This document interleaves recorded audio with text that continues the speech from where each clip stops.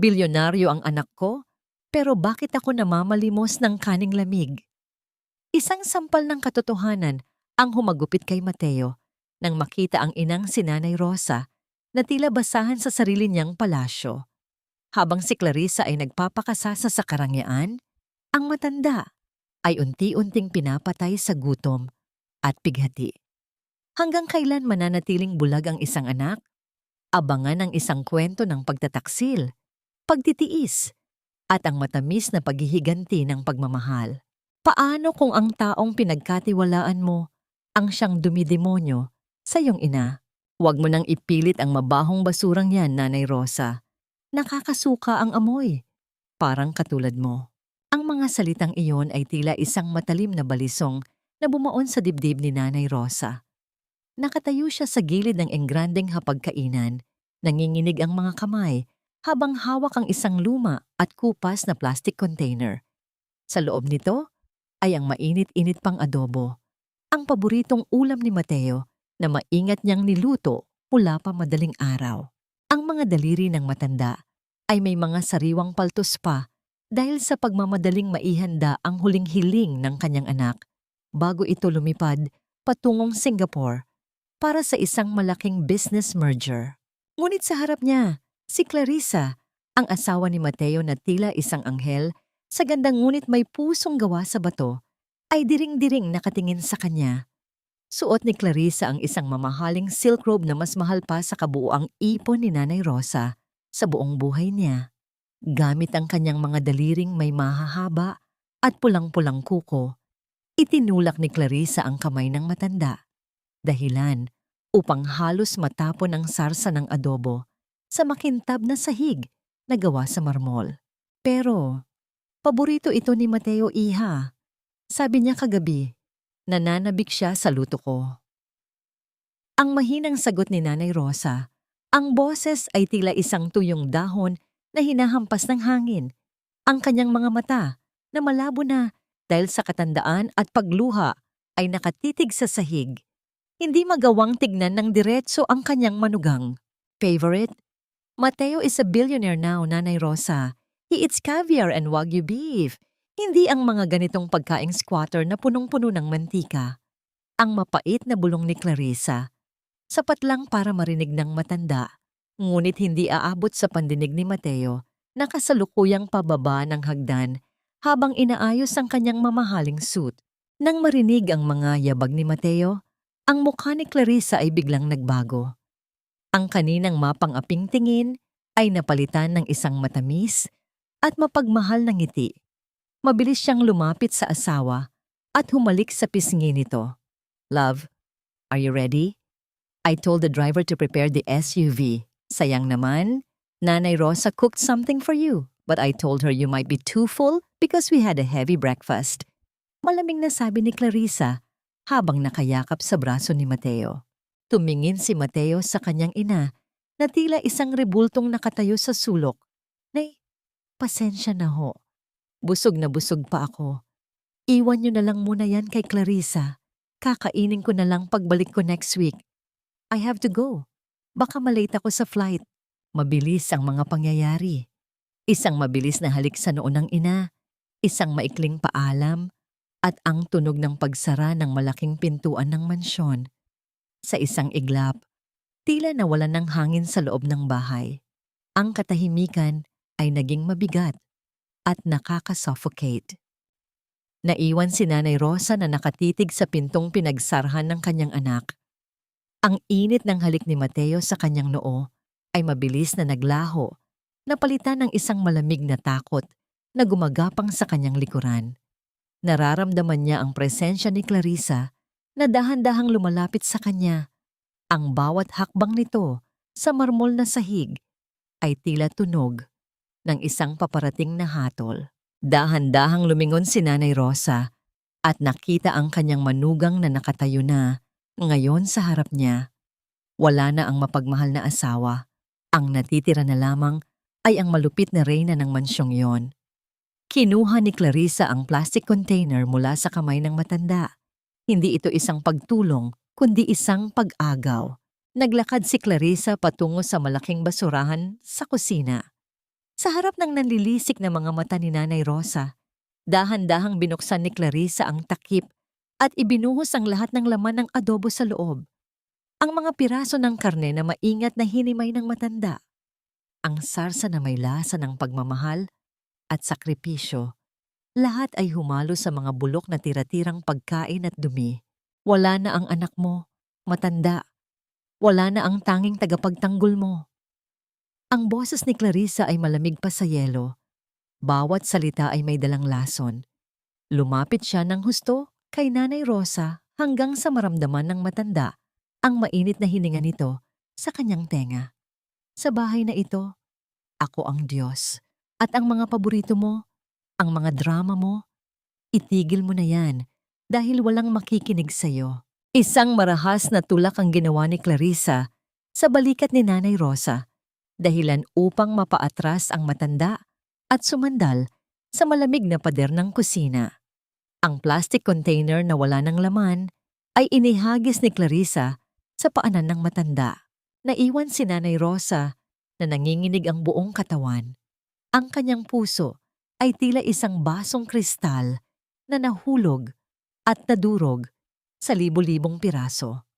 Tumingin siya sa basurahan, pagkatapos ay sasarado pa ring pinto ng mansyon. Isang tanong ang paulit-ulit na umaalingaw-ngaw sa kanyang isipan. Isang tanong na nagdadala ng labis na sakit at pait. Paano naging ganito ang tahanang pinangarap niya para sa kanyang anak? At sa pag-alis ni Mateo, paano niya malalampasan ang bawat segundong kasama ang demonyong nagtatago sa likod ng magandang mukha ni Clarissa? Ang bango ng nilulutong steak ni Clarissa ay tila isang lason na dahan-dahang pumapatay sa sikmura ni Nanay Rosa. Mula sa kanyang maliit na upuan sa sulok ng kusina, tanaw ng matanda ang bawat hiwa ng mamahaling karne na inilalatag sa ibabaw ng lamesang kristal. Ang usok nito ay may dalang amoy ng mantikilya at mga halamang gamot na tanging sa mga mamahaling restaurant lamang matatagpuan, isang amoy na sumasakal sa kanyang gutom. Ito ang dinner ko, Nanay Rosa. Masela ng tiyan ko sa gabi, kaya kailangan ko ng high-quality protein. Ang mayabang na sabi ni Clarissa habang dahan-dahang hinihiwa ang karne. Ang tunog ng kutsara at tinidor na tumatama sa porselana ay tila isang malakas na kampana sa gitna ng katahimikan. Pagkatapos ay lumingon siya sa matanda at isang maliit na mangkok ng kaning lamig ang inilapag niya sa harap nito. Ang kanin ay matigas na at tila wala ng buhay, kapares ng isang pirasong tuyo na malamig na rin. Iyan ang para sa'yo. Bawal sa matanda ang masyadong maraming pagkain. Baka tumaas ang blood pressure mo at maging sakit ka pa sa ulo ni Mateo. Napatitig si Nanay Rosa sa kanyang pagkain. Ang kanyang mga mata ay dahan-dahang nanlabo. Tila bumalik ang kanyang diwa sa isang maliit at barong-barong na dampa sa probinsya. 3 dekada na ang nakalilipas. Naalala niya ang mga gabing wala silang makain kundi asin at tubig, ngunit laging may laman ng plato ng batang si Mateo. Naalala niya kung paano niya ibinigay ang tanging piraso ng isda sa anak habang siya ay nagtitiyaga sa sabaw ng mainit na tubig. Sa mga panahong yon, kahit mahirap sila, puno ng pagmamahal ang bawat subo. Ngayon, sa gitna ng isang mansyong gawa sa ginto, ang bawat butil ng kanin ay lasang abo ng paghihiganti. Bakit hindi ka kumakain? Ayaw mo ba? Kung mag-iinarte ka, mas mabuting huwag ka na lang kumain sa susunod.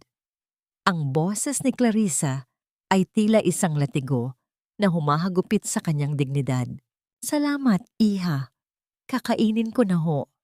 Ang mahinang tugon ng matanda. Pinilit niyang isubo ang matigas na kanin, kahit na tila may nakabara sa kanyang lalamunan. Bawat lunok ay may kasamang pait. Nang hindi na niya kayang ubusin dahil sa sobrang sikip ng kanyang dibdib, dahan-dahan siyang tumayo at lumapit sa lababo. Binuksan niya ang gripo. Ang tunog ng tubig na bumabagsak sa plastik na baso ay tila isang malungkot na awit sa katahimikan ng gabi. Uminom si Nanay Rosa ng sunod-sunod na baso ng tubig. 1, 2, 3. Pinupuno niya ang kanyang tiyan ng tubig upang mapatahimik ang kumakalam na sikmura at ang humihikbing puso. Gusto niyang isipin na sapat na ito upang makatulog siya ng mahimbing kahit na alam niyang ang gutom ng kaluluwa ay hindi kayang mapunan ng anumang dami ng tubig.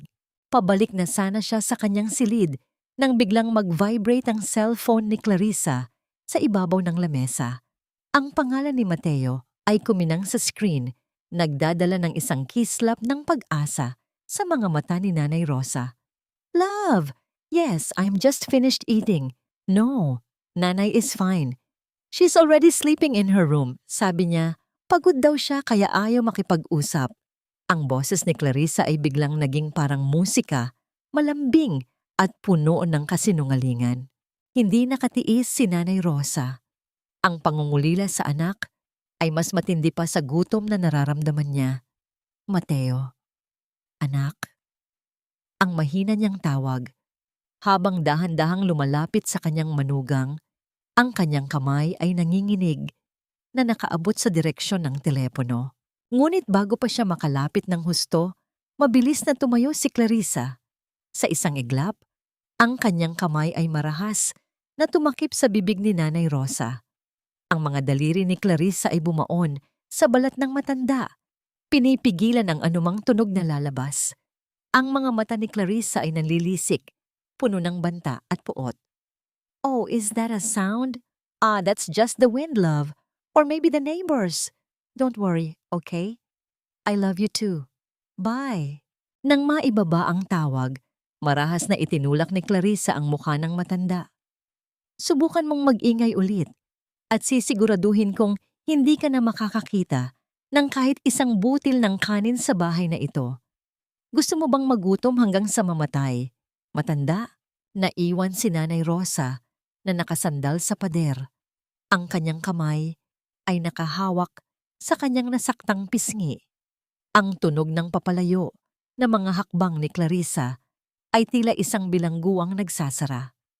Sa gitna ng dilim ng kusina, ang tanging naririnig na lamang ay ang mahinang tunog ng mga patak ng luha ng matanda na bumabagsak sa malamig na sahig. Isang manipis at kupas na gintong singsing ang tanging nagbibigay ng liwanag sa kulubot na daliri ni Nanay Rosa. Ito ang huling alaala ng kanyang yumaong asawa, ang tanging bagay na hindi niya ibinenta kahit noong mga panahong wala silang pambili ng gatas ni Mateo. Para sa kanya, ang singsing na yon ay hindi lamang piraso ng metal. Ito ang simbolo ng katapatan at ng hirap na kanilang pinagdaanan bago naging bilyonaryo ang kanilang anak. Ngunit sa mga mata ni Clarissa, ang singsing na yon ay isang insulto sa karangyaan ng kanyang mansyon. Habang nag-aayos ng kanyang mamahaling alahas sa sala, napansin niya ang kinang sa kamay ng matanda na kasalukuyang nagpupunas ng alikabok sa mga pigurin. "Nanay Rosa, let me see that ring." Ang utos ni Clarissa na tila isang reyna na nag-uutos sa isang alipin.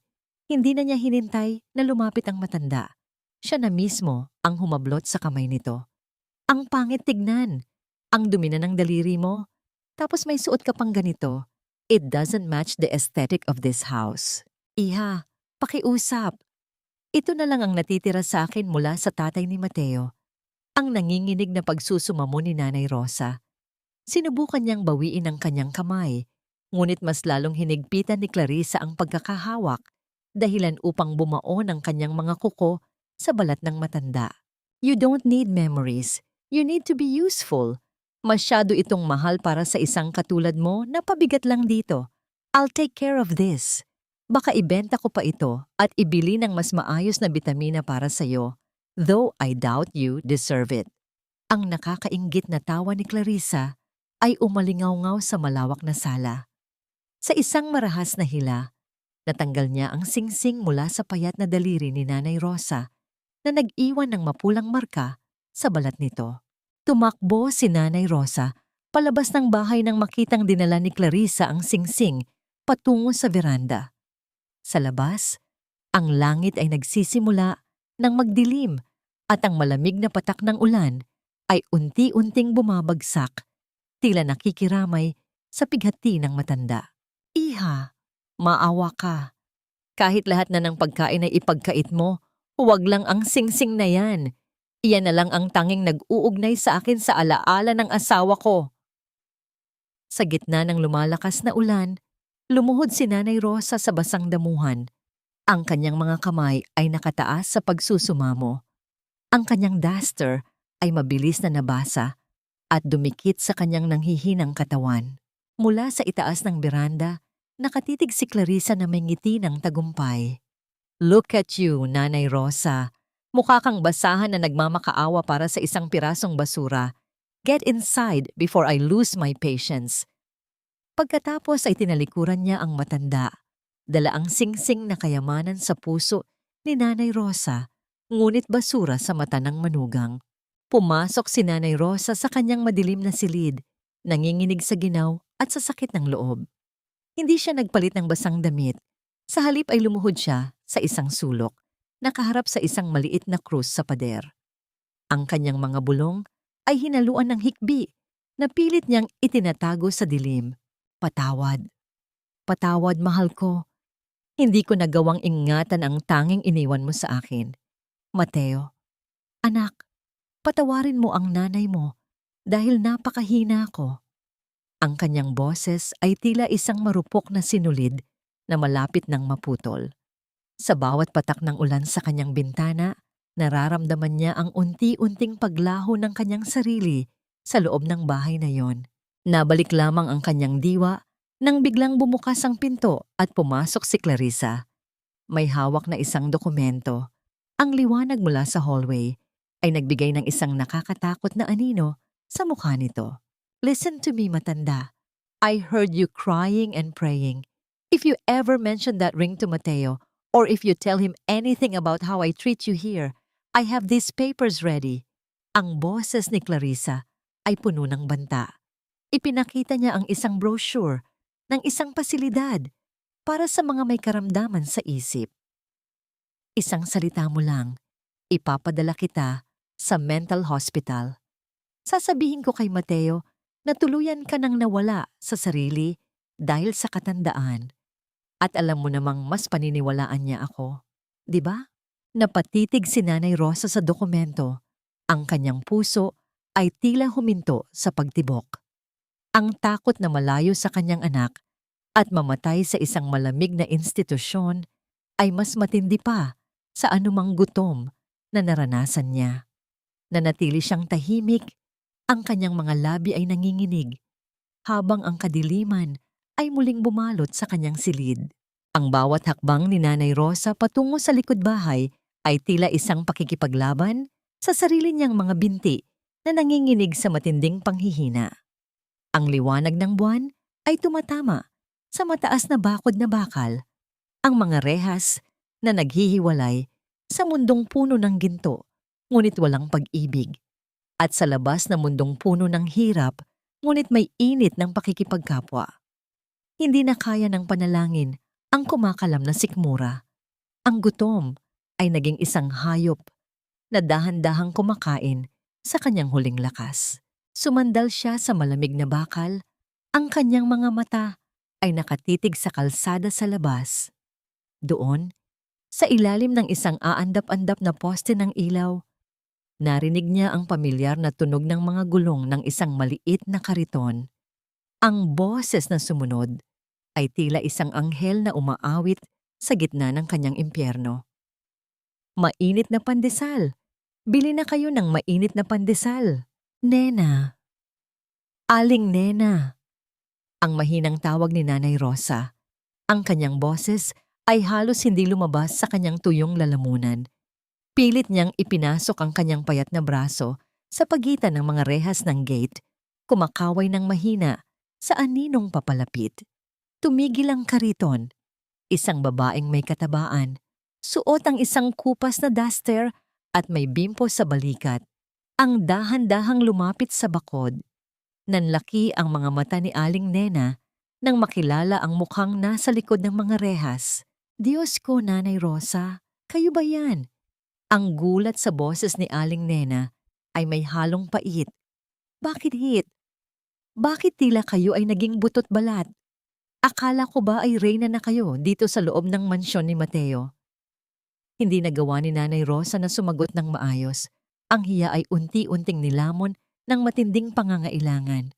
Nena, pakiusap. Kahit isang pirasong tinapay lang. Hindi ko na kaya. Sobrang gutom na ako. Mabilis na kumuha si Aling Nena ng isang supot ng pandesal mula sa kanyang kariton. Ang usok ng bagong lutong tinapay ay humahalimuyak sa hangin. Isang amoy na nagpadaloy ng luha sa mga mata ni Nanay Rosa. Ngunit nang abutin ni Aling Nena ang kamay ng matanda, naramdaman niya ang lamig nito at napansin ang mga pasa sa braso na dulot ng marahas na pagkakahawak ni Clarissa kanina. Ano ang nangyayari dito, Nanay Rosa? Bakit kayo may mga pasa? Hindi ba kayo pinapakain ng asawa ni Mateo? Ang boses ni Aling Nena ay puno ng pag-aalala at nagsisimula ng mabahiran ng galit. Bilyonaryo ang anak niyo, pero bakit kayo ay nagmumukhang pulubi sa sarili niyang bakod? Huwag kang maingay, Nena. Baka marinig tayo ni Clarissa.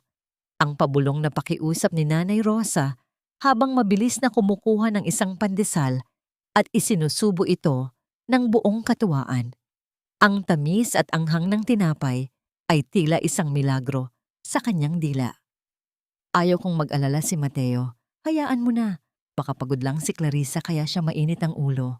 Napailing si Aling Nena. Ang kanyang puso ay nadudurog sa nasasaksihan.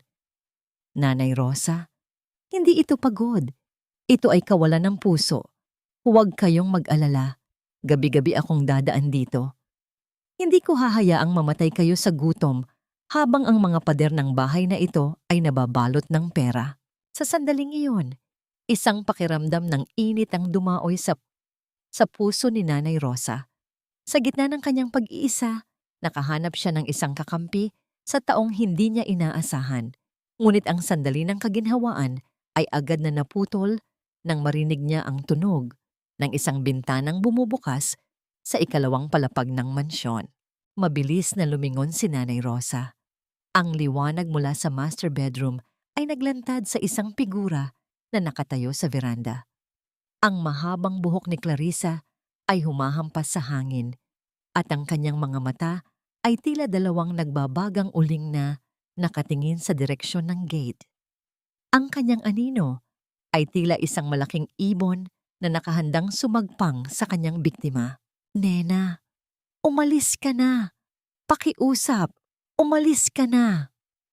Ang mabilis at takot na utos ni Nanay Rosa habang pilit na itinatago ang supot ng pandesal sa ilalim ng kanyang duster.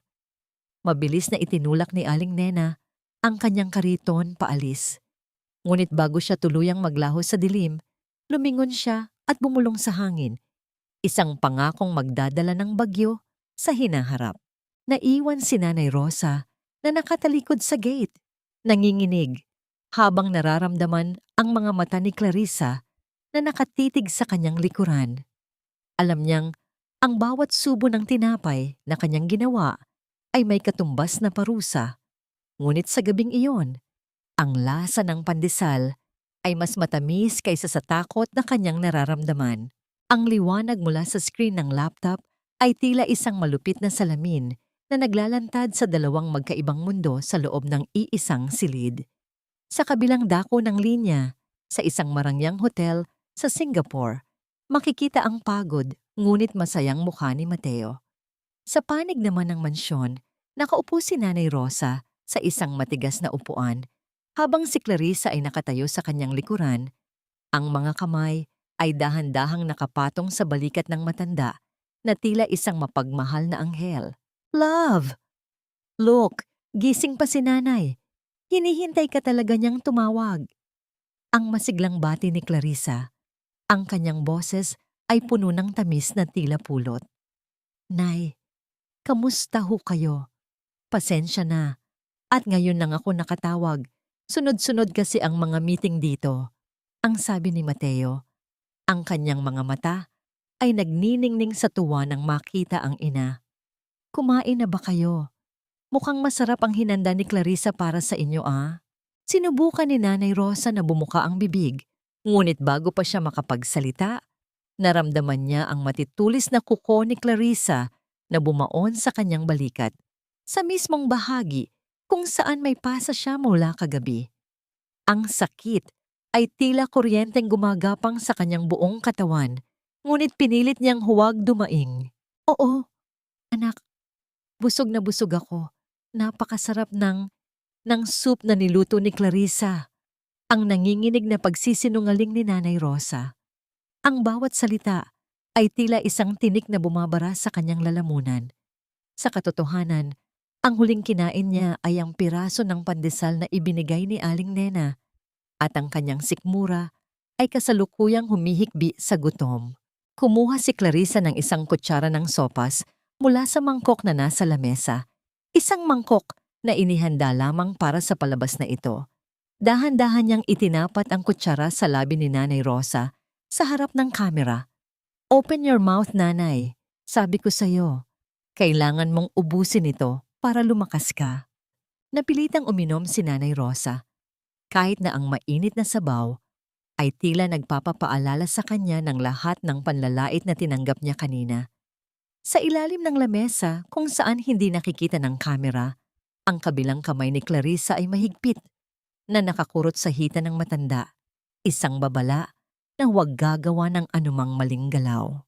Napatitig si Mateo sa screen, ang kanyang mga kilay ay dahan-dahang nagsalubong. Nay, bakit parang namumutla kayo? At parang lumalim ang mga mata nyo? Clarissa, sigurado ka bang maayos ang pakiramdam ni Nanay? Biglang tumibok ng mabilis ang puso ni Nanay Rosa. Gusto niyang sumigaw. Gusto niyang sabihin na, Anak, iligtas mo ako.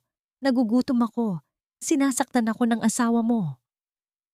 Ngunit ang titig ni Clarissa na nakatitig sa kanya sa reflection ng screen ay puno ng banta. Naalala niya ang banta tungkol sa mental hospital. Isang malaking patak ng luha ang dahan-dahang kumawala sa mata ni Nanay Rosa at gumulong sa kanyang kulubot na pisngi. Ang luhang yon ay naglalaman ng lahat ng pait, lahat ng gutom, at lahat ng pangungulila na hindi niya masabi. Nay, bakit kayo umiiyak? Ang nag-aalalang tanong ni Mateo.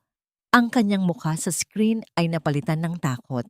Mabilis na kumuha si Clarissa ng tissue at pinunasan ng luha ng matanda. Ang kanyang pagkilos ay tila napakaamo. Oh, see, love, masyado lang siyang emosyonal dahil sobrang miss ka na niya. These are tears of joy, right, Nanay? Sabi ko naman sa'yo, uuwi na si Mateo soon. Tears of joy, Mateo. Masaya lang ako na makita ka. Ang pilit na pagsang-ayon ni Nanay Rosa habang ang kanyang puso ay dahan-dahang nadudurog sa sarili niyang kasinungalingan. Are you sure, Nay? Parang may iba sa boses niyo. Hindi natapos ni Mateo ang kanyang sasabihin dahil biglang tumayo si Clarissa at kunwari ay nasagi ang router ng internet sa ibabaw ng lamesa. Oops, love, I think the connection is acting up again. Ang labo na ng image mo. We'll talk again tomorrow, okay? Pahinga na si Nanay. I love you. Hindi na hinintay ni Clarissa ang sagot ni Mateo at mabilis niyang isinara ang laptop. Ang katahimikan na bumalot sa silid pagkatapos ay mas nakakatakot kaysa sa anumang sigaw. Ang malambing na ngiti ni Clarissa ay agad na naglaho, napalitan ng isang mukhang puno ng pandidiri. Mahusay, matanda, akala ko ay bibigay ka na. Ang bulong ni Clarissa habang marahas na binitawan ang balikat ni Nanay Rosa. Pero tandaan mo, sa susunod na magpadrama ka pa ng ganyan, sisiguraduhin kong iyan na ang huling beses na makikita mo ang mukha ng anak mo. Naiwan si Nanay Rosa na nakatitig sa itim na screen ng laptop. Ang liwanag ng kanyang buhay ay muling namatay at sa dilim ng mansyon, tanging ang tunog ng kanyang sariling mabilis na paghinga ang nagpapaalala sa kanya na kailangan niyang mabuhay. Kahit na ang bawat sandali ay tila isang dahan-dahang pagpanaw. Ang bawat tibok ng pulso sa sentido ni Nanay Rosa ay tila isang maliit na martilyo na humahampas ng walang tigil. Ang kanyang mga tuhod ay parang tinutusok ng libu-libong karayom, isang matinding sakit na dulot ng kanyang rayuma at mataas na presyon na ilang araw na niyang tinitiis nang walang lunas. Alam niyang kailangan niya ang kanyang maintenance na gamot, ngunit ang tanging paraan para makuha ito ay ang puting sobrang itinago niya sa ilalim ng kanyang unan, ang perang palihim na iniabot sa kanya ni Mateo bago ito umalis. Ngunit ang katahimikan ng kanyang silid ay marahas na nabasag ng bumukas ang pinto ng walang babala. Pumasok si Clarissa. Ang kanyang mga mata ay tila naghahanap ng anumang bagay na may halaga. Hindi man lang siya tumingin sa namumutla at nanginginig na biyenan. Diretso ang kanyang lakad patungo sa maliit na cabinet sa gilid ng kama. Nasaan ang pera, matanda? Ang tanong ni Clarissa, ang boses ay puno ng pagkainip. I saw Mateo give you an envelope. Huwag mo nang itanggi dahil nakita ko ang lahat sa CCTV bago ko i-delete ang footage. Iha, pakiusap, huwag ang perang yan. Ang nanginginig na pagsusumamo ni Nanay Rosa. Pilit niyang inuunat ang kanyang kamay upang takpan ang kanyang unan. Pera iyan para sa gamot ko. Masama ang pakiramdam ko, Clarissa. Nahihilo ako. Tila umiikot ang paligid ko. Isang nakakainggit na tawa ang lumabas sa mga labi ni Clarissa. Gamot? You're just overacting. Ang kailangan mo lang ay matulog. Besides, I need this more than you do. May nakita akong limited edition na designer bag at kulang ang allowance na ibinigay sa akin ni Mateo. Sa isang marahas na galaw, itinulak ni Clarissa ang balikat ng matanda at mabilis na kinuha ang sobre mula sa ilalim ng unan. Binuksan niya ito at binilang ang mga sariwang papel na pera sa loob.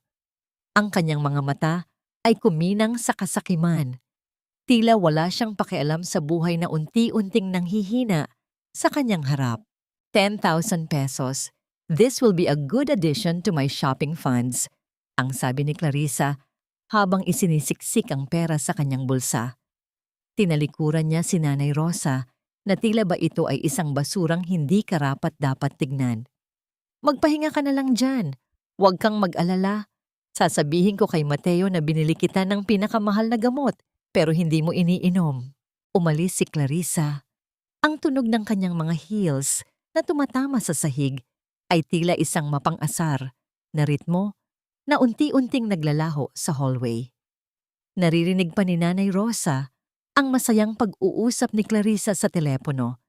Tinatawagan ng kanyang mga kaibigan para sa isang lunch date habang ang matanda ay naiwang mag-isa sa gitna ng kanyang pagdurusa. Sinubukan ni Nanay Rosa na tumayo. Kailangan niyang abutin ang baso ng tubig sa lamesa. Kahit man lang tubig ay makatulong na palamigin ang kanyang nararamdamang init. Ngunit sa kanyang pagtayo, ang kanyang mga binti ay tila naging malambot na parang jelly. Ang buong silid ay nagsimulang umikot ng mabilis. Ang mga pader ay tila gumuguho sa kanyang paningin. Mateo, anak? Ang huling bulong ni Nanay Rosa, isang tawag na hindi maririnig ng sinuman. Ang tunog ng mabigat na pagbagsak ng katawan ni Nanay Rosa sa matigas na sahig ay bumasag sa katahimikan ng silid. Ang kanyang kamay ay nanatiling nakabukas, tila may inaabot na tulong na hindi kailanman dumating. Sa kabilang dako ng mansyon, masayang humahalakak si Clarissa habang tinitignan ang mga bagong alahas sa internet. Walang kamalay-malay o marahil ay walang pakialam na ang huling hininga ng kanyang biyenan ay unti-unti nang nauubos sa malamig na sahig. Ang katahimikan sa paligid ng bakod ay tila isang babala na hindi pinansin ng hangin. Nakatayo si Aling Nena sa labas ng gate, bit-bit ang isang supot ng mainit pang pandesal at isang baso ng taho na balak niyang ibigay kay Nanay Rosa. Ngunit lumipas na ang ilang minuto, wala pa ring aninong lumalapit sa rehas. Ang tanging naririnig niya ay ang mahinang huni ng mga kuliglig at ang malayo na busina ng mga sasakyan. Isang masamang kutob ang dahan-dahang gumapang sa dibdib ni Aling Nena. Hindi karaniwan na hindi sumisipot ang matanda. Alam niya kung gaano ito nagugutom gabi-gabi. Dahil sa pag-aalala, hindi na siya nagdalawang isip. Iniwan niya ang kanyang kariton sa gilid at dahan-dahang itinulak ang maliit na pinto sa gilid ng malaking gate na hindi pala nakalak. Dahan-dahan siyang naglakad sa madilim na bahagi ng hardin, iniiwasan ang mga liwanag ng garden lamps. Ngunit bago pa man siya makalapit sa pinto ng kusina, isang matalim na boses ang bumasag sa katahimikan. Anong ginagawa ng isang amoy pawis na katulad mo sa loob ng property ko? Napatigil si Aling Nena. Mula sa dilim ng beranda, dahan-dahang lumabas si Clarissa. Nakasuot ito ng isang kumikinang na cocktail dress at may hawak na baso ng wine. Ang kanyang tingin ay puno ng pandidiri. Tila ba nakakita siya ng isang peste na pumasok sa kanyang palasyo. Pasensya na ho, ma'am. Hinahanap ko lang ho si Nanay Rosa. Hindi ho kasi siya sumipot sa bakod kagabi at ngayong gabi. Nag-aalala lang ho ako. Ang matapang ngunit magalang na sagot ni Aling Nena. Isang mapait na tawa ang pinakawalan ni Clarissa. Nag-aalala. At sino ka naman para mag-alala sa biyenan ko? Isa ka lang hamak na tindera ng tinapay. At ikaw pala ang dahilan kung bakit matigas ang ulo ng matandang yon.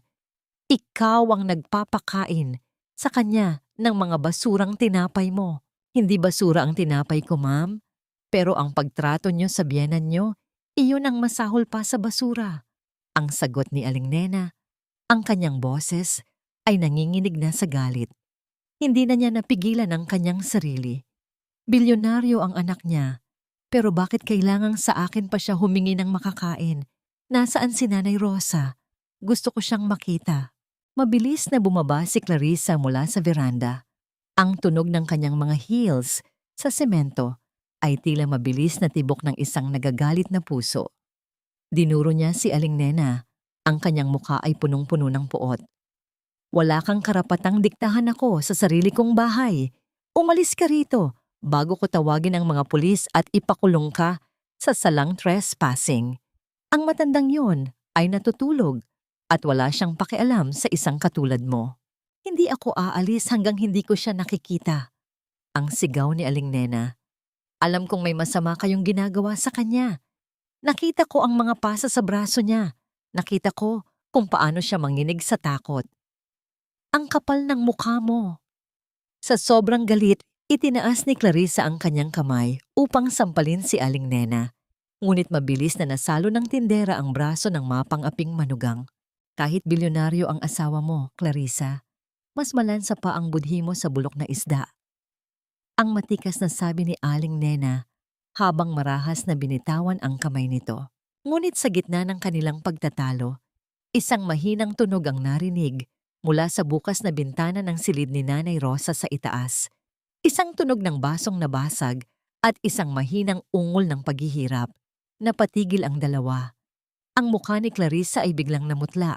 Hindi dahil sa awa, kundi dahil sa takot na baka may makarinig sa nangyayari sa loob. Ano yon? Nanay Rosa! Sigaw ni Aling Nena. Sinubukan niyang tumakbo patungo sa pinto ng bahay, ngunit mabilis siyang hinarang ni Clarissa.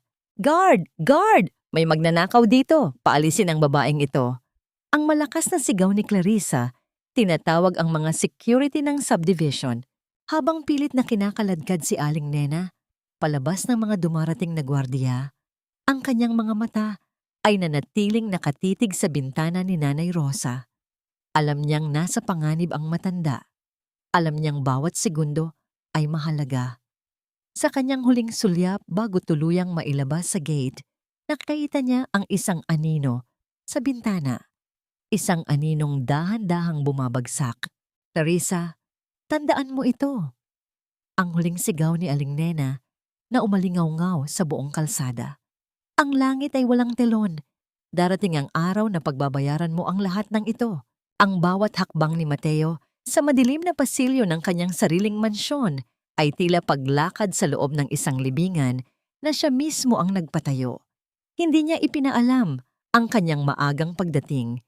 Nais niyang isorpresa ang kanyang ina at asawa pagkatapos ng isang matagumpay na linggo sa Singapore. Bit-bit ang isang mamahaling shawl para kay Nanay Rosa at isang hiyas para kay Clarissa. Pumasok siya sa pintuan ng mga katulong sa likod bahay upang hindi makagawa ng ingay. Ngunit ang katahimikan na sumalubong sa kanya ay hindi ang katahimikang nagbibigay diwa ng kapayapaan. Ito ay isang katahimikang may dalang amoy ng amag, dumi at kapabayaan. Sa isang sulok ng kusina, nakita niya ang isang maliit na plastik na mangkok sa sahig. May lamang tuyong kanin na nilalangaw na. Ang kanyang puso ay nagsimulang tumibok ng mabilis, isang kabog na may halong kaba at nagbabadyang puot. I cannot believe you still keep that old rug in this house, Clarissa. Hindi ba siya nakakaabala sa mga party mo? Isang boses ng babae ang narinig ni Mateo mula sa engrandeng patio. Kasunod ang isang pamilyar at matinis na halakhak. Tell me about it. Literal na pabigat, di ba? Ang sagot ni Clarissa. Ang boses ay puno ng katuwaan habang humihigop ng wine kasama ang kanyang mga kaibigan. But don't worry. Soon she'll be gone. I'm just waiting for the right timing para sabihin kay Mateo na kailangan na siyang ilagay sa institusyon dahil nababaliw na siya. Nanigas si Mateo sa kanyang kinatatayuan sa likod ng isang malaking poste ng marmol. Ang kanyang paningin ay unti-unting nagdilim at ang hininga niya ay naging mabigat. Ang asawang akala niya ay anghel na nag-aalaga sa kanyang ina ay kasalukuyang pinagtatawanan ang pagkatao nito sa harap ng ibang tao. Ang bawat tawa ni Clarissa ay tila isang sampal na gumigising sa kanya mula sa isang mahabang panaginip.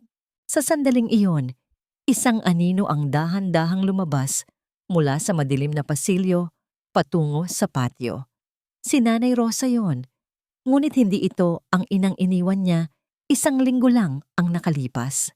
Ang kanyang duster ay punong-puno ng mantsa, ang kanyang buhok ay gulo-gulo, at ang kanyang mukha ay tila isang bungo na binalutan na lamang ng balat. Nanginginig ang kanyang mga kamay habang bitbit ang isang baso ng tubig na tila ba ang bigat nito ay kasing bigat ng buong mundo. Iha, pakiusap, nauhaw lang ako. Ang paos na bulong ni Nanay Rosa. Imbes na tulungan, tumayo si Clarissa ng may pandidiri. I told you to stay in your room. Look at you. You're embarrassing me in front of my guests. Sa isang mabilis at malupit na galaw, inagaw ni Clarissa ang baso at sa halip na ibigay ito, ay marahas niyang isinaboy ang malamig na tubig sa mukha ng matanda. Ang tubig ay tumulo sa mukha ni Nanay Rosa.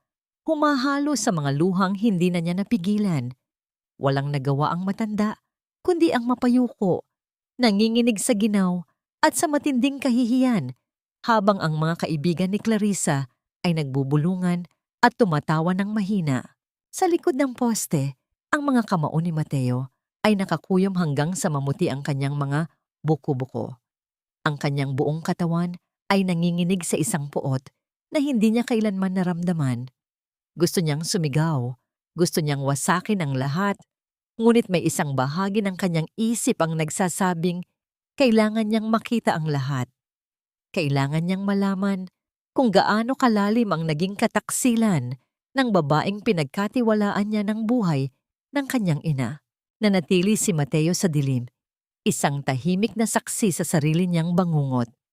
Habang pinapanood niya ang kanyang inang dahan-dahang gumagapang pabalik sa dilim ng pasilyo, isang tanong ang bumulabog sa kanyang kaluluwa. Hanggang kailan siya naging bulag at gaano pa karaming sakit ang tinalikuran niya habang siya ay nagpapakasasa sa kanyang tagumpay. Ang gabi ay nagsisimula pa lamang at ang bagyong dala ni Mateo ay nakahanda ng lumamon sa lahat ng kasinungalingang itinayo ni Clarissa. Ang kadiliman ng mansyon ay naging katuwang ni Mateo sa kanyang lihim na pagmamanman. Tila siya isang anino na bumabaybay sa sarili niyang pamamahay. Isang estranghero na naghahanap ng katotohanan sa gitna ng mga pader na binalot ng kasinungalingan. Upang hindi siya mapansin ni Clarissa, nagpasiya si Mateo na manuluyan sa isang hotel malapit sa subdivision sa araw at palihim na bumabalik sa loob ng mansyon pagsapit ng hating gabi gamit ang susi sa likurang pinto na siya lamang ang nakakaalam. Gamit ang kanyang kaalaman sa teknolohiya at ang tulong ng isang pinagkakatiwalaang tauhan, mabilis na naglagay si Mateo ng mga maliliit at hindi mapapansing kamera sa bawat sulok ng bahay, sa kusina, sa pasilyo, at lalo na sa loob ng silid ng kanyang ina. Ang bawat anggulo ay dapat na makita ang bawat kilos ni Clarissa, ang bawat sampal, at ang bawat pangungutya na tinitiis ni Nanay Rosa. Sa ikalawang gabi ng kanyang pagmamanman, habang nakaupo sa loob ng kanyang madilim na sasakyan na nakaparada malayo sa bahay, tiningnan ni Mateo ang kanyang tablet. Ang kanyang mga mata ay nanliit sa galit nang makita ang footage mula kaninang umaga. Nakita niya kung paano itinulak ni Clarissa ang kanyang ina dahil lamang sa mabagal na paglalakad nito. Nakita niya ang bawat pagkakataon na hinalughog ni Clarissa ang mga gamit ng matanda upang maghanap ng anumang bagay na may halaga. Binuksan din ni Mateo ang kanyang financial records sa laptop. Isang matinding pait ang lumitaw sa kanyang mga labi nang makita ang mga transaction sa credit card ni Clarissa.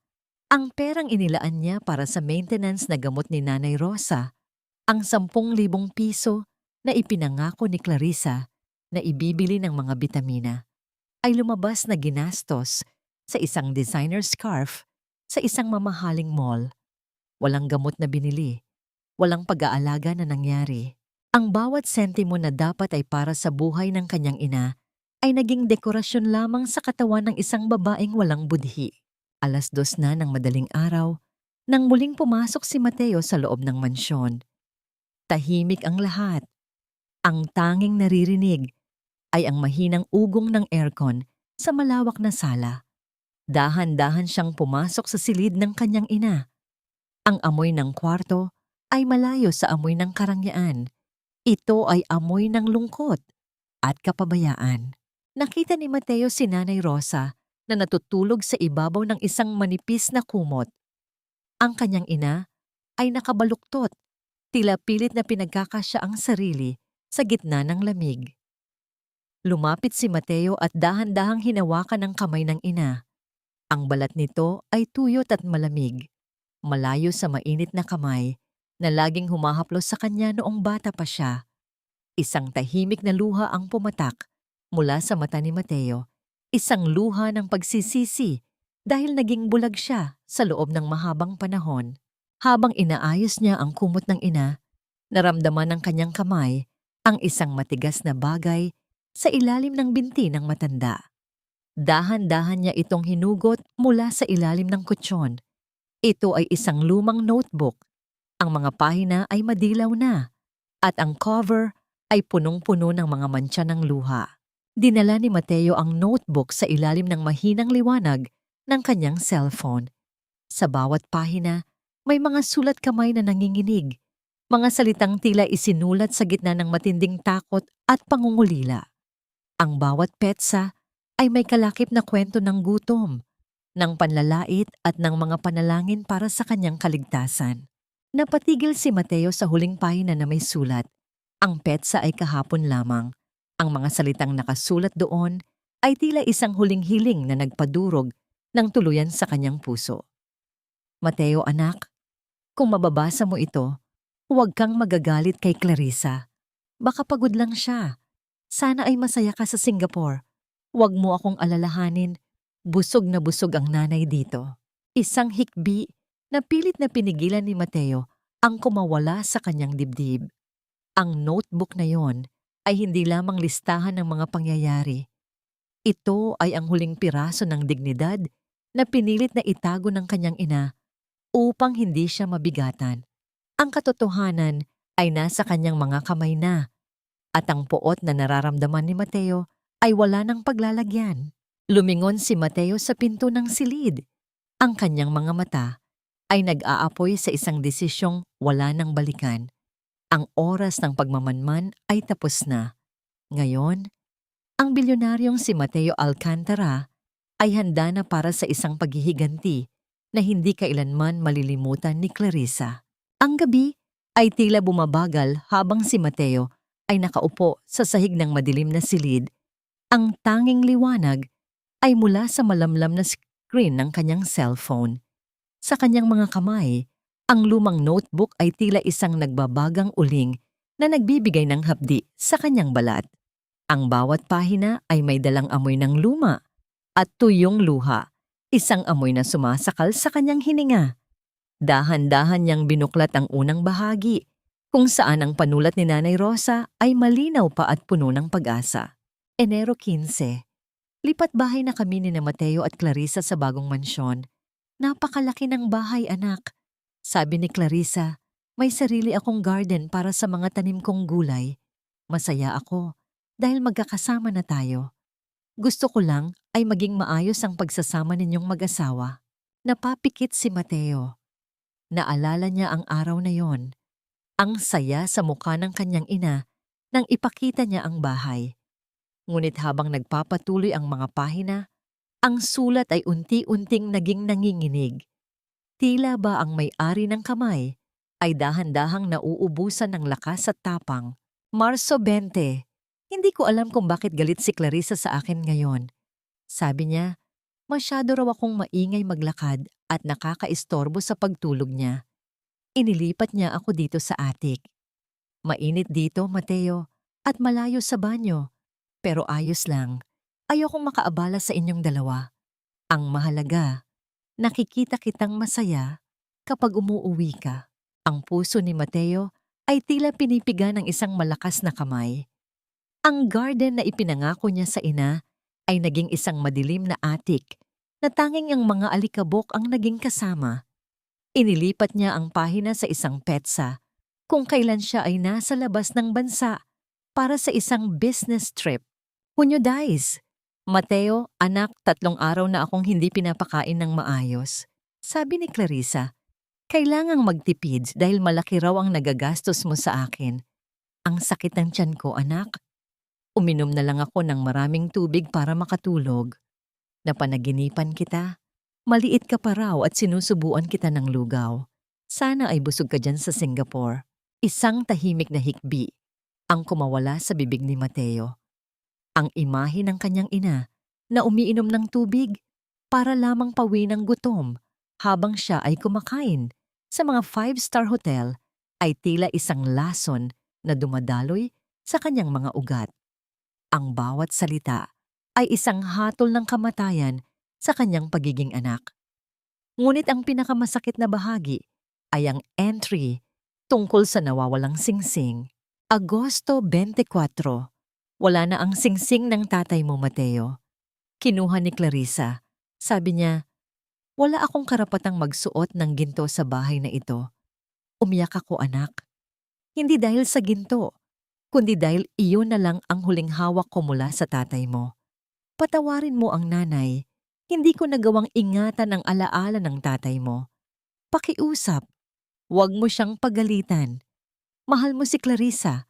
At ayokong maging sanhi ng inyong pag-aaway. Ang mga luha ni Mateo ay dahan-dahang pumatak sa papel. Unti-unting binubura ang tinta ng huling salitang mahal. Ang kanyang mga balikat ay yumuyuko sa bigat ng bawat katotohanang kanyang binabasa. Ang kanyang ina, ang babaeng nagbigay sa kanya ng lahat, ang babaeng nagtiis ng hirap para lamang siya ay mapag-aral, ay dahan-dahang pinapatay ng babaeng tinawag niyang asawa. Isinara ni Mateo ang notebook at niyakap ito ng mahigpit sa kanyang dibdib. Sa gitna ng katahimikan ng gabi, ang kanyang mga mata ay unti-unting nagbago. Ang lungkot ay naging isang matigas na bato at ang pagsisisi ay naging isang matalim na espada. Patawad, Nay. Patawarin mo ako dahil naging bulag ako. Ang bulong ni Mateo sa hangin. Ang kanyang boses ay tila isang panunumpa na nagmumula sa kailaliman ng kanyang kaluluwa. Hinding-hindi ko hahayaang masaktan ka pa uli. Bawat patak ng luha mo sa notebook na ito, pagbabayaran niya ng higit pa sa kayamanan. Tumayo si Mateo. Ang kanyang mukha ay tila gawa sa yelo. Ang gabi ng pagbabasa ay tapos na. Ngayon, ang bawat pahina ng diary na ito ay magiging ebidensya sa isang paghuhukom na hindi kailanman inasahan ni Clarissa.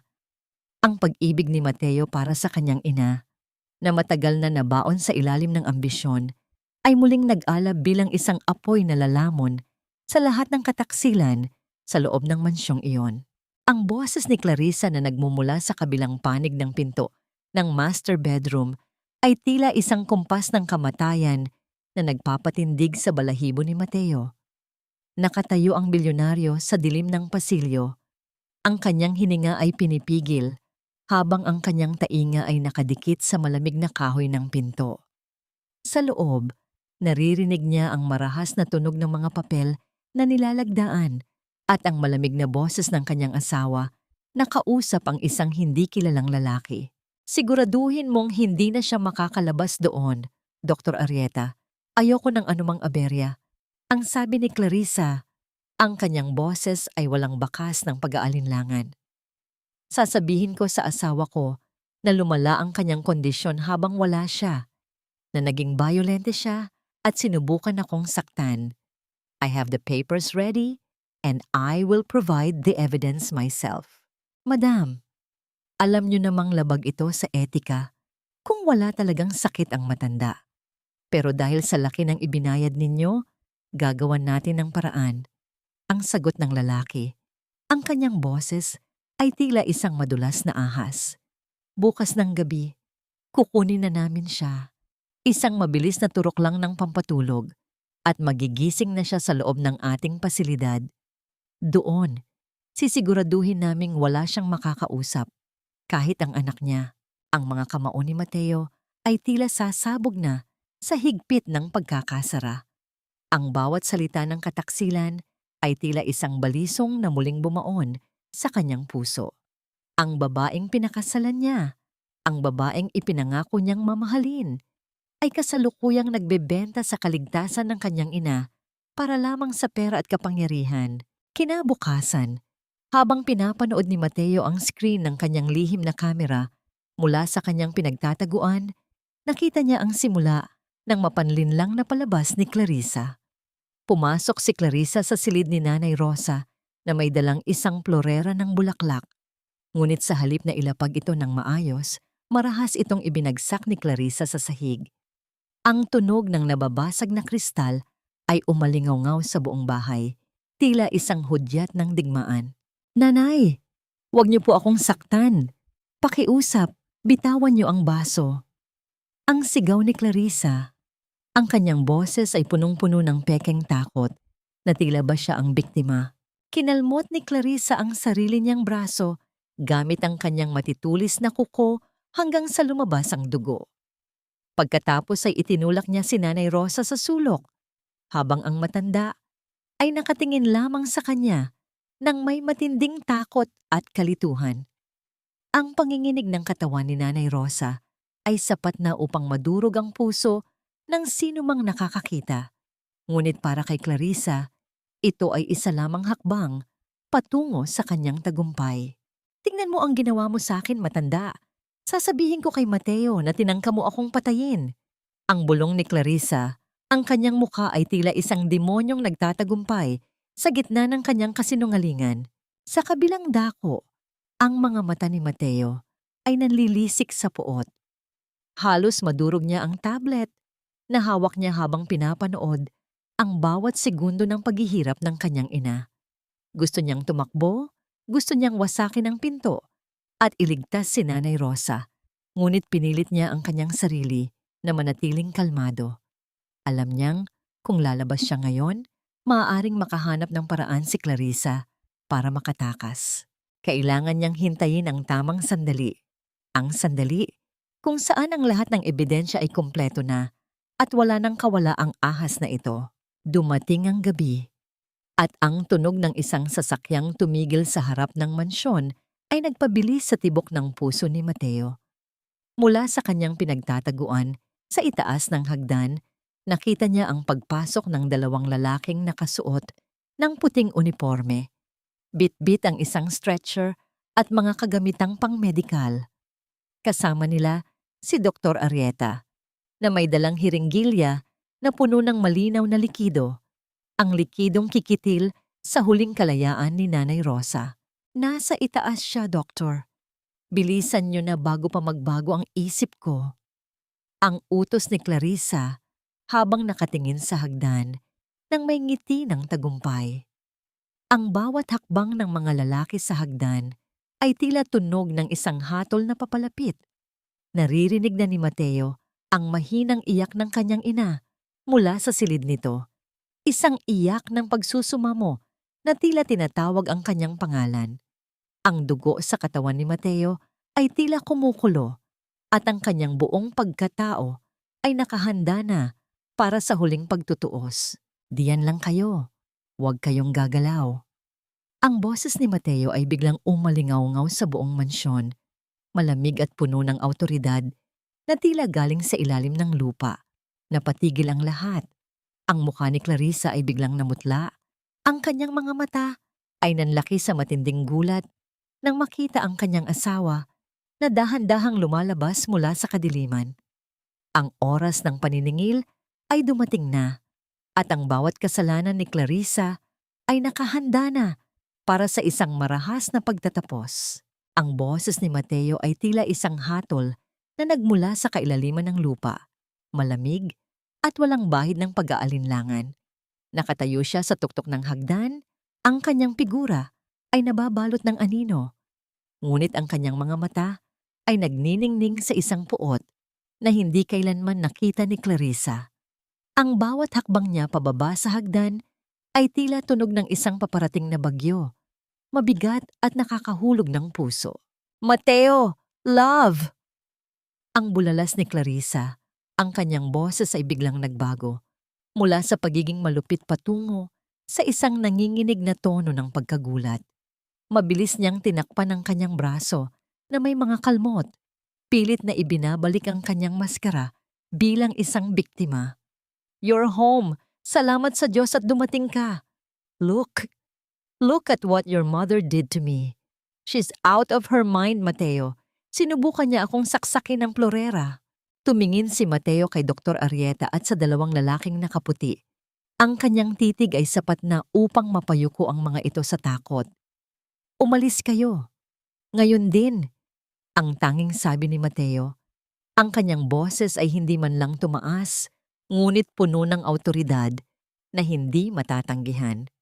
Pero sir, ang kontrata. Ang pagtatangka ni Dr. Arrieta na sumagot. Sabi ko, umalis kayo. Ang sigaw ni Mateo na umalingaw-ngaw sa buong mansyon, dahilan upang mabilis na magsialisan ang mga lalaki, dala ang kanilang mga kagamitang pangmedikal na tila mga magnanakaw na nahuli sa akto. Naiwan si Clarissa na nakatayo sa gitna ng sala. Ang kanyang hininga ay mabilis at ang kanyang mga mata ay malikot na naghahanap ng paraan para makalusot. Lumapit siya kay Mateo. Pilit na humahawak sa braso nito. Love, kailangan mo akong paniwalaan.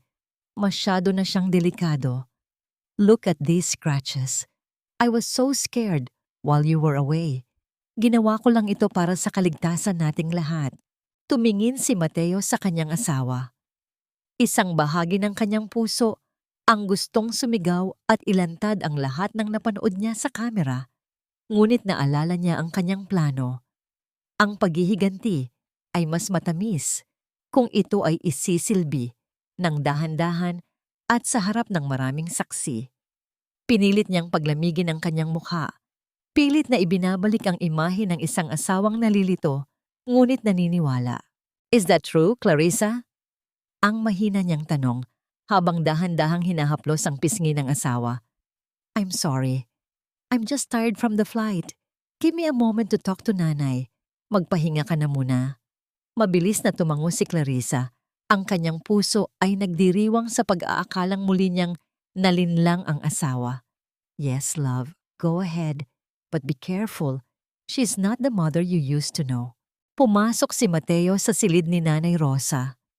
Ang kanyang ina ay nakasiksik sa isang sulok. Nanginginig ang buong katawan at nakatakip ang mga tenga. Tila hinihintay ang susunod na hagupit ng tadhana. Nang maramdaman ng matanda ang presensya ng anak, dahan-dahan siyang tumingala. Ang kanyang mga mata ay puno ng matinding takot. Anak, huwag mo akong ipakulong. Mabait ako, Mateo. Hindi ko sinasadya. Ang nanginginig na pagsusumamo ni Nanay Rosa. Hindi nakatiis si Mateo. Lumuhod siya sa harap ng kanyang ina at kinuha ang malamig at kulubot na mga kamay nito. Dahan-dahan niyang idiniin ang mga kamay ng ina sa kanyang pisngi, habang ang mga luha ay muling nagbabadyang pumatak. Walang salitang lumabas sa kanyang bibig, kundi isang tahimik na panunumpa na nararamdaman sa bawat tibok ng kanyang pulso. Nay, nandito na ako. Hindi ka na nila muling masasaktan. Pagkalipas ng ilang sandali, lumabas si Mateo mula sa silid at hinarap muli si Clarissa na kasalukuyang nag-aayos ng kanyang buhok sa harap ng salamin sa sala. Clarissa, I've decided, ang sabi ni Mateo. Ang kanyang boses ay naging masigla na tila ba walang anumang problemang nangyayari. I realized that I haven't been a good husband and a good son lately. Bukas, magpapa-party tayo dito sa mansyon. I want to celebrate my success in Singapore and also to show everyone how much I love my family. Imbitahan mo ang lahat, ang mga kaibigan mo, ang press, ang mga business partners natin. Nanlaki ang mga mata ni Clarissa sa tuwa. Isang engranding party ang pagkakataon niya para muling magningning sa lipunan at ipakita ang kanyang kapangyarihan. Really, love? That's a wonderful idea. I'll make sure it's the grandest party of the year. Yes, Clarissa. Make it memorable. Ang sabi ni Mateo. Ang kanyang mga labi ay dahan-dahang gumuhit ng isang ngiti na hindi umabot sa kanyang mga mata. Dahil bukas, lahat ng sikreto ay mabibigyan ng liwanag at sisiguraduhin ko na ang gabing iyon ay hinding-hindi mo malilimutan sa buong buhay mo. Habang naglalakad si Mateo patungo sa kanyang opisina, hinawakan niya ang remote control sa kanyang bulsa. Ang remote control na magbubukas sa katotohanang lulunod kay Clarissa sa gitna ng kanyang inaakalang tagumpay. Ang bagyo ay nakahanda na at ang mansyon ay magiging saksi sa huling gabi ng reyna ng kasinungalingan. Ang bawat sulok ng mansyon ng mga Alcantara ay nababalot ng nakasisilaw na liwanag. Tila ba sinisikap nitong itago ang anumang bahid ng kadilimang namamalagi sa loob ng mga pader nito. Ang halimuyak ng mga sariwang bulaklak na galing pa sa ibang bansa ay humahalo sa amoy ng mamahaling pabango ng mga bisitang nagsisimula ng dumagsa. Ang mga hiya sa leeg at braso ng mga kababaihan ay kumikinang sa ilalim ng mga dambuhalang chandelier habang ang tunog ng mga baso ng wine na nagtatamaan ay tila isang masayang musika na nagtatakip sa mga bulong ng kataksilan. Sa gitna ng lahat, si Clarissa ang nagsisilbing reyna. Nakasuot siya ng isang makinang na kulay gintong gown na tila ba binalot siya ng apoy. Ang kanyang bawat hakbang sa marmol na sahig ay puno ng kumpiyansa at ang kanyang damang ngiti ay tila isang perpektong obra maestra na kanyang inihanda para sa gabing ito. Oh, thank you for coming. Yes, Mateo is so successful and I'm just here to support him and take care of the family. Ang sabi ni Clarissa sa isang grupo ng mga business partners ni Mateo. Ang kanyang boses ay puno ng kapakumbabaan na tila ba siya ay isang banal na martir. It's not easy taking care of a sick mother-in-law, but it's my duty as a wife. Love and sacrifice, di ba? Ang mga panauhin ay tumatango ng may paghanga. Hindi alam na ang babaeng nasa harap nila ay ang siyang nagkait ng pagkain at dignidad sa matandang kanilang kinakaawaan. Sa isang madilim na bahagi ng beranda, nakatayo si Mateo. Hawak niya ang isang baso ng whiskey, ngunit hindi niya ito iniinuman. Ang kanyang mga mata, na malamig pa sa yelo, ay nakatutok kay Clarissa. Pinapanood niya ang bawat galaw ng kanyang asawa, bawat pekeng tawa, at bawat kasinungalingang lumalabas sa mga labi nito. Sa kanyang bulsa, mahigpit niyang hinahawakan ang isang maliit na remote control, ang susi na magbubukas sa pinto ng katotohanan. Ready ka na ba, Aling Nena?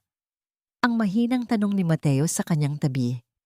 Mula sa dilim, dahan-dahang lumitaw si Aling Nena.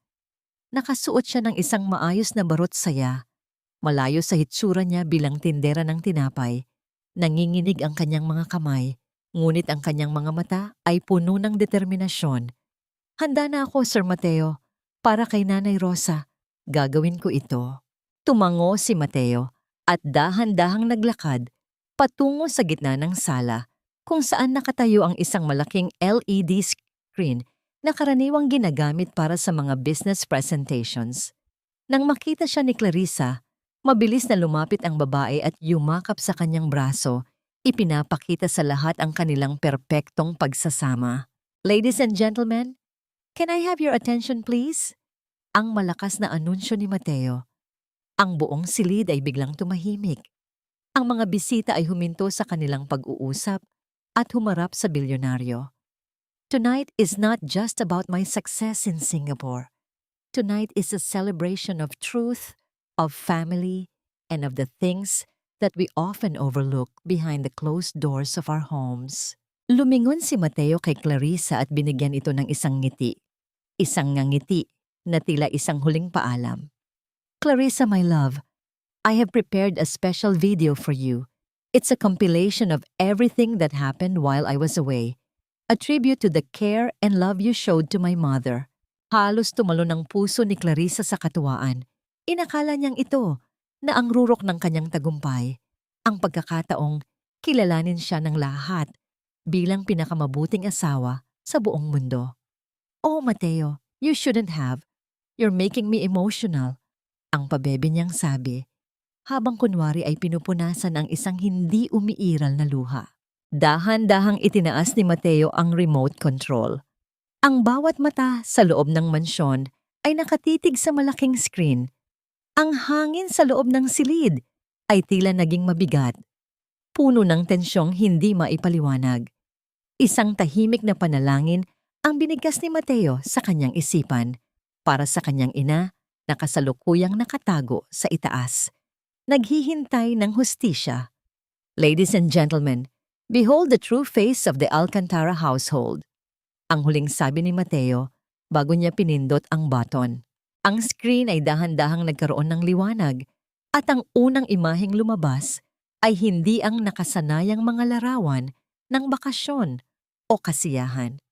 Ito ay isang madilim at malabong kuha mula sa isang hidden camera sa loob ng attic. Ang imahe ni Nanay Rosa na nakaluhod sa sahig, umiiyak habang tinitiis ang gutom. Isang malakas na singhap ang umalingaw-ngaw sa buong mansyon. Ang baso ng wine sa kamay ni Clarissa ay dahan-dahang dumulas at bumagsak sa marmol na sahig. Ang tunog ng pagkabasag nito ay tila hudyat ng pagsisimula ng kanyang katapusan. Ang bawat mata sa loob ng malawak na sala ay nakapako sa naglalakihang LED screen. Ang katahimikan ay tila isang mabigat na kumot na dahan-dahang sumasakal sa hininga ni Clarissa. Sa screen, malinaw na makikita ang footage mula sa hidden camera sa attic. Ang imahe ni Clarissa na marahas na hinahablot ang huling gintong singsing mula sa nanginginig na daliri ni Nanay Rosa. Naririnig sa buong mansyon ang boses ni Clarissa na tila galing sa isang demonyo. Ang dumi na ng daliri mo, tapos may suot ka pang ganito. It doesn't match the aesthetic of this house. Sumunod ang isa pang footage. Ang gabi, kung kailan isinaboy ni Clarissa ang malamig na tubig sa mukha ng matanda habang ito ay nagsusumamo ng tubig na maiinom. Ang mga bisita, na kanina lamang ay humahanga sa kagandahan ni Clarissa, ay nagsimulang magbulungan. Ang mga tunog ng pagkagulat at pandidiri ay umalingaw-ngaw sa bawat sulok. Ang ilan ay napahawak sa kanilang dibdib. Ang iba naman ay hindi makapaniwalang nakatingin sa babaeng nakasuot ng gintong gown na tila unti-unti nang natutunaw ang ningning. It's a lie! Fake news iyan! Mateo, paano mo nagawa ito sa akin? Inedit mo ang video na yan! Ang sigaw ni Clarissa. Ang kanyang boses ay pumiyok sa matinding takot at kahihiyan. Sinubukan niyang lumapit kay Mateo, ngunit ang bawat hakbang niya ay sinusuundan ng mapanghusgang tingin ng mga tao. Huwag kayong maniwala sa kanya. Mahal ko si Nanay Rosa. I took care of her. Mahal? Is this what you call love, Clarissa? Ang malamig na tanong ni Mateo. Ang kanyang boses ay puno ng awtoridad na tumanim sa bawat pusong nakikinig. Ang pagnanakaw ng gamot ng isang matanda, ang pagpapakain ng kaning lamig habang ikaw ay nagpapakasasa sa pera ko. You're not a wife, Clarissa. You're a monster hidden behind a beautiful mask. Sa itaas ng engrandeng hagdan, dahan-dahang bumukas ang malaking pinto. Mula doon, lumabas si Nanay Rosa, inaalalayan ni Aling Nena. Ngunit sa pagkakataong ito, hindi na mukhang basahan ng matanda. Nakasuot siya ng isang marangal na kulay asul na Filipiniana. Ang kanyang buhok ay maayos na nakapusod at kahit bakas pa rin ang pait sa kanyang mga mata, ang kanyang dignidad ay muling nagliliwanag. Napatigil ang lahat ng dahan-dahang bumaba si Nanay Rosa. Ang bawat hakbang niya sa hagdan ay tila isang pagbawi sa lahat ng sakit na kanyang tinitiis. Sa kanyang tabi, si Aling Nena ay matikas na nakatayo. Ang kanyang tingin ay nakapako kay Clarissa. Clarissa! Ang sigaw ni Aling Nena. Ang boses niya ay malingaw-ngaw na parang kulog sa gitna ng katahimikan. Itinuro niya ang kanyang daliri sa nangangatog na manugang. Sabi ko sa iyo, ang langit ay walang telon. Akala mo ba ay habang buhay mong maitatago ang kabuktutan mo sa dilim? Ang bawat luha ni Nanay Rosa na pumatak sa sahig na ito ay narinig ng Diyos. Nakarating si Nanay Rosa sa paanan ng hagdan at tumayo sa harap ni Clarissa. Walang sampal na nangyari, walang sigaw. Tanging ang isang matagal at malalim na tingin ng isang inang nadurog ang puso. Isang tingin na mas masakit pa sa anumang pisikal na hagupit. Patawarin ka ng Diyos, Clarissa. Dahil ako, kahit anong pilit ko, hindi ko makita ang dahilan kung bakit mo ako kailangang saktan ng ganito. Ang mahinang sabi ni Nanay Rosa. Ang kanyang boses ay nanginginig, ngunit puno ng pait.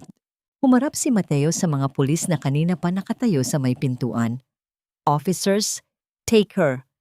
Here are the documents. Theft, elder abuse, and the recordings of her illegal transactions using my funds. Everything is documented. Inilabas ni Mateo ang isang puting sobre mula sa kanyang bulsa at ibinato ito sa paanan ni Clarissa. And those are the divorce papers. You came into this house with nothing, and you will leave this house with absolutely nothing, except perhaps the shame that will follow you for the rest of your life. Ang tunog ng mga posas na isinasara sa mga kamay ni Clarissa ay tila isang huling tuldok sa kanyang engrandeng palabas. Habang kinakaladkad siya palabas ng mansyon sa harap ng lahat ng mga taong dati niyang pinagyayabangan, ang tanging naririnig ay ang kanyang mga sigaw ng pagsisisi na wala na ring saysay. Naiwan si Mateo at Nanay Rosa sa gitna ng sala. Lumapit si Mateo sa kanyang ina at niyakap ito ng buong higpit. Sa sandaling iyon, ang mansyon ay hindi na lamang isang gusaling gawa sa marmol at ginto. Ito ay naging saksi sa isang muling pagkikita ng mag-ina na matagal na nabulag ng kasinungalingan, ngunit ngayon ay malaya na sa ilalim ng liwanag ng katotohanan. Ang malamig na semento ng selda ay tila isang malupit na katotohanang dahan-dahang sumisipsip sa huling alab ng yabang ni Clarissa. Wala na ang mabangong halimuyak ng mga imported na kandila. Wala na ang malambot na seda ng kanyang mga gown. At wala na ang mga taong yumuyukod sa bawat utos niya. Ang tanging kasama niya ngayon ay ang amoy ng luma at basang pader, ang tunog ng ibang mga bilanggo na nagsisigawan at ang sarili niyang anino na tila kinukutya siya sa bawat sulok ng madilim na rehas. Nakasuot siya ng kulay kahel na uniforme. Ang tela ay magaspang at makati sa kanyang balat na dati ay nababalot lamang ng pinakamahal na lotion. Nakatitig siya sa kanyang mga kuko. Ang mga pulang pintura ay unti-unti nang natituklap, inilalantad ang dumi at pangungulila sa ilalim nito. Ang bawat sandali ng katahimikan ay tila isang pelikulang nagpapaalala sa kanya ng gabi ng party. Ang mga tingin ng pandidiri ng mga dati niyang kaibigan, ang bawat sampal ng katotohanang inilantad ni Mateo. Isang mabigat na tunog ng pagbukas ng bakal na pinto ang bumasag sa kanyang pag-iisip. Isang gwardiya ang tumawag sa kanyang pangalan. Sinasabing meron siyang bisita. Isang kislap ng pag-asa ang lumitaw sa mga mata ni Clarissa. Mateo? Si Mateo ba yon? Alam kong hindi niya ako matitiis. Ilalabas niya ako rito. Ang bulong niya sa sarili habang nagmamadaling ayusin ang kanyang gulo-gulong buhok gamit ang nanginginig na mga daliri. Ngunit nang makarating siya sa visitor's room, hindi ang mukha ni Mateo ang sumalubong sa kanya. Nakaupo sa likod ng makapal na salamin si Nanay Rosa, kasama si Aling Nena. Walang galit sa mukha ng matanda. Tanging isang malalim na lungkot na tila ba kinakaawaan ang kalagayan ng babaeng dati ay nagpahirap sa kanya. Anong ginagawa mo rito? Para pagtawanan ako? Para ipamukha sa akin na nagtagumpay ka? Ang sigaw ni Clarissa sa speaker. Ang kanyang boses ay puno ng pait at desperasyon. Nasaan si Mateo? Bakit hindi siya ang pumunta rito? Hindi na siya pupunta, Clarissa. Ang mahinang sagot ni Nanay Rosa. Ang kanyang boses ay kalmado na, malayo sa nanginginig na boses noong siya ay nasa attic pa. Narito ako hindi para manisi, kundi para ibigay ito sa'yo. Inilabas ni Nanay Rosa ang isang maliit na supot ng pandesal mula sa kanyang bag at idiniin ito sa salamin. Ito ang tinapay na nagligtas sa akin noong panahong pinagkakaitan mo ako ng pagkain. Ang sabi ni Nena, ang gutom ay hindi lamang sa sikmura, kundi sa kaluluwa rin.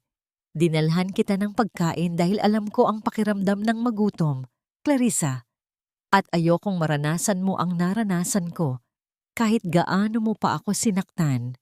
Napatigil si Clarissa. Ang imahe ng tinapay ay tila isang salamin na nagpapakita ng lahat ng kanyang kabuktutan.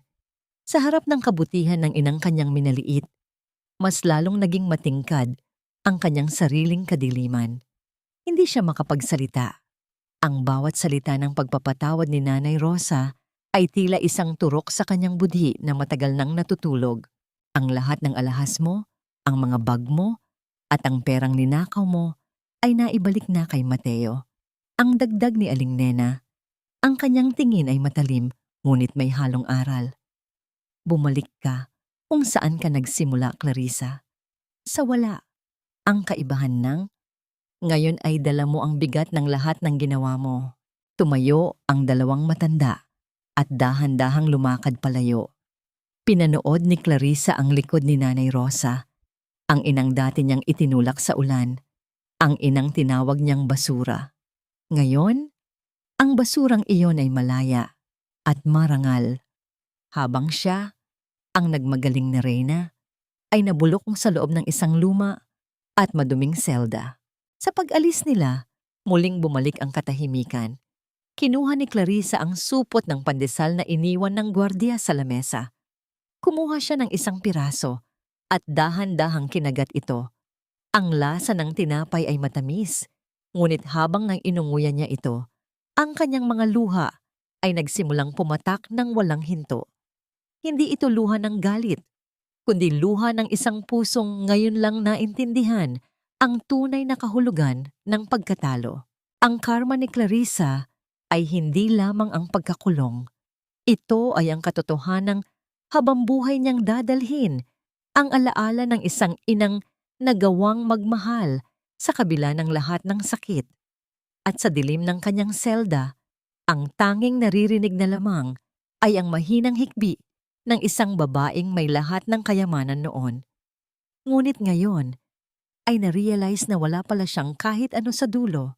Ang bawat piraso ng kasangkapang marmol at kristal sa loob ng mansyon sa Forbes Park ay dahan-dahang binalot ng puting tela, tila mga anino ng nakaraang nais ng kalimutan ni Mateo.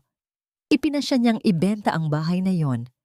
Para sa kanya, ang bawat sulok ng gusaling iyon ay nabahiran na ng pait at mga luhang hindi na mabubura ng anumang linis. Ang tunog ng mga huling kahon na inilalagay sa truck ay tila isang malalim na buntong hininga ng paglaya para sa kanya at para sa kanyang ina. Pagsapit ng dapit hapon, ang sasakyan ni na Mateo ay dahan-dahang pumasok sa isang makitid ngunit malinis na kalsada sa kanilang probinsya. Dito, ang hangin ay hindi amoy usok ng lungsod, kundi amoy ng dagat at ng mga dahon ng niyog na sumasayaw sa ihip ng hanging amihan. Ang tunog ng mga alon sa di kalayuan ay tila isang oyayi na nagpapakalma sa bawat sugat ng kanilang alaala. Nay, nandito na tayo, sa dati nating tahanan. Ang mahinang sabi ni Mateo habang inaalalayan ang ina pababa ng sasakyan. Ang kanilang lumang bahay na bato ay muling binuhay ni Mateo. Pinanatili niya ang simpleng anyo nito, ngunit ginawang komportable para sa katandaan ni Nanay Rosa. Pagpasok nila, ang amoy ng sarsang adobo na niluluto ni Aling Nena sa kusina ay agad na sumalubong sa kanila. Isang amoy na tunay, tapat, at puno ng pagmamahal. Lumipas ang mga araw at ang takot sa mga mata ni Nanay Rosa ay dahan-dahang napalitan ng liwanag. Hindi na siya nanginginig kapag may naririnig na mga yabag sa pasilyo. Hindi na siya nagtatago sa dilim kapag oras na ng pagkain. Sa halip, madalas siyang makikita sa maliit na garden sa likod, nagtatanim ng mga gulay at nakikipag-usap sa mga lumang kaibigang bumibisita sa kanya, kabilang na si Aling Nena na naging malapit na nilang kasama. Isang gabi, habang ang buwan ay nagbibigay ng pilak na liwanag sa beranda, nagpasiya si Mateo na siya mismo ang magluto ng hapunan para sa kanyang ina. Nakasuot lamang siya ng simpleng t-shirt at short, malayo sa imahe ng isang bilyonaryong laging abala sa trabaho. Ang tunog ng kutsilyo sa chopping board habang hinihiwa ang bawang ay may dalang kapayapaan na hindi niya nahanap sa anumang boardroom sa Singapore. Nay, kain na ho tayo. Ang yaya ni Mateo habang inilalatag ang plato ng mainit na kanin at adobo sa harap ng ina. Siya mismo ang naglagay ng ulam sa plato nito. Dahan-dahang hinihimay ang karne para hindi mahirapan ang matanda. Napatitig si Nanay Rosa sa kanyang anak. Ang kanyang mga kamay, na dati ay puno ng pasa at nanginginig sa takot, ay dahan-dahan nang bumabalik ang sigla. Hinawakan niya ang kamay ni Mateo at pinisil ito ng mahina. Salamat anak. Masarap ang luto mo. Lasang-lasa ko ang pagmamahal. Nay, patawarin niyo ako kung kailangan pa nating dumaan sa ganitong sakit bago ko na-realize ang lahat. Ang bulong ni Mateo, ang kanyang boses, ay nanginginig sa emosyon.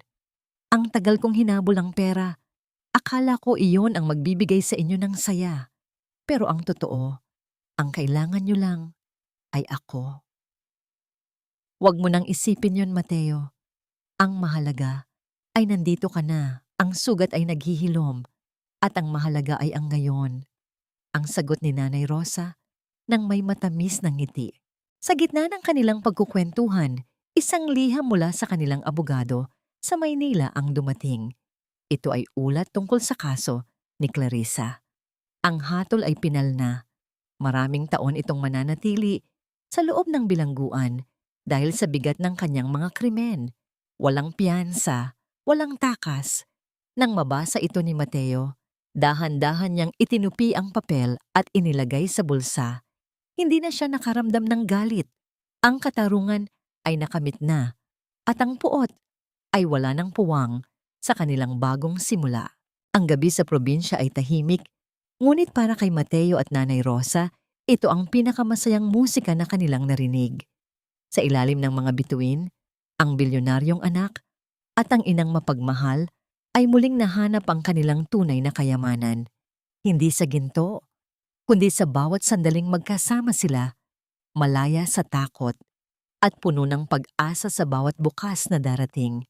Ang dapit hapon sa dalampasigan ng kanilang probinsya ay tila isang pintura ng ginto at rosas, isang tanawin na nagbibigay ng kapayapaan sa bawat pusong napagod sa unos. Nakaupo si Mateo sa tabi ng kanyang ina sa isang kahoy na tinitingga sa tapat ng kanilang bahay. Ang tunog ng mga dahon ng niyog na naghahampasan dahil sa hanging dagat ay tila isang marahang palakpak para sa kanilang bagong simula. Nay, tignan niyo ang langit, napakaganda, di ho ba? Ang mahinang sabi ni Mateo habang nakatingin sa abot-tanaw. Ang kanyang mga mata ay wala na ang bakas ng pagod mula sa mundo ng negosyo.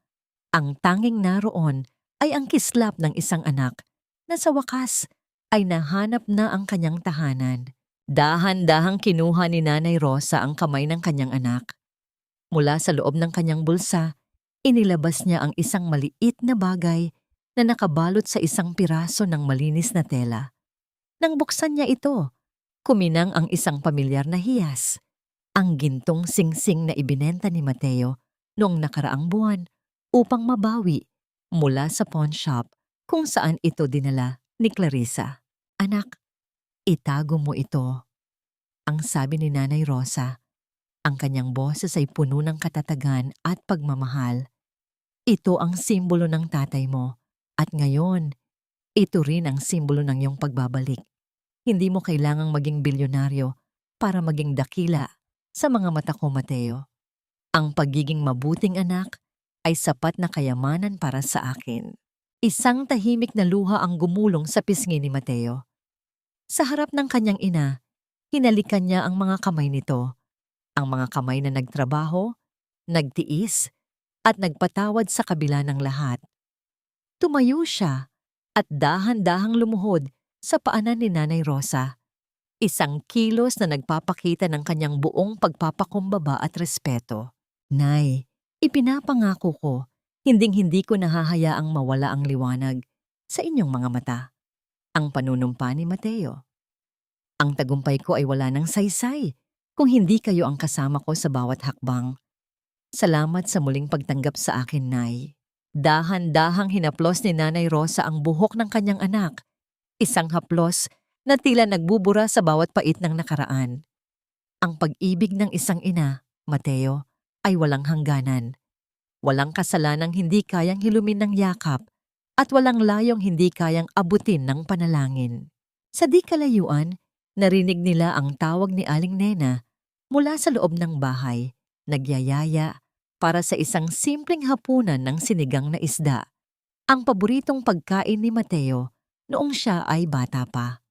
Ang tunog ng tawanan ni Aling Nena at ang amoy ng mainit na sabaw ay tila isang hudyat na ang kanilang buhay ay punong-puno na muli ng sigla.